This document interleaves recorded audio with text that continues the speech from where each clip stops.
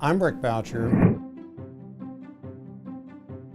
For almost 3 decades, I represented the most rural congressional district in Virginia in the U.S. Congress.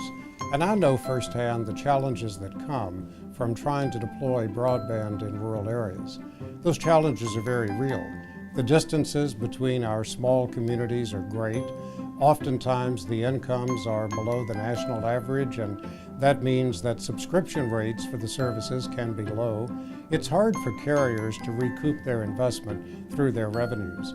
Added to that, the fact that terrain can be very mountainous in rural America, and the economic case for deploying broadband under the best of circumstances can be very challenging. Fortunately, the FCC is taking a number of very positive steps that will close the rural-urban digital divide. First, and most importantly, it has returned broadband to the lightly regulated status it enjoyed for 20 years, up until 2015. It was regulated for the first time as a common carrier service, subject to the same rules that used to govern the old telephone monopolies. And with that regulatory uncertainty, carriers simply did not know from day to day what Title II rules could be applied to their service. Potentially, rates could be regulated, networks could be required to be unbundled, and in that kind of environment, the carriers simply stepped back. They weren't willing to take the regulatory risk of making investments. So investments plummeted.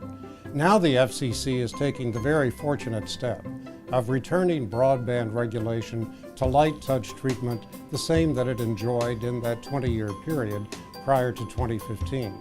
And under those rules, carriers have certainty. They know what the regulatory terrain will be.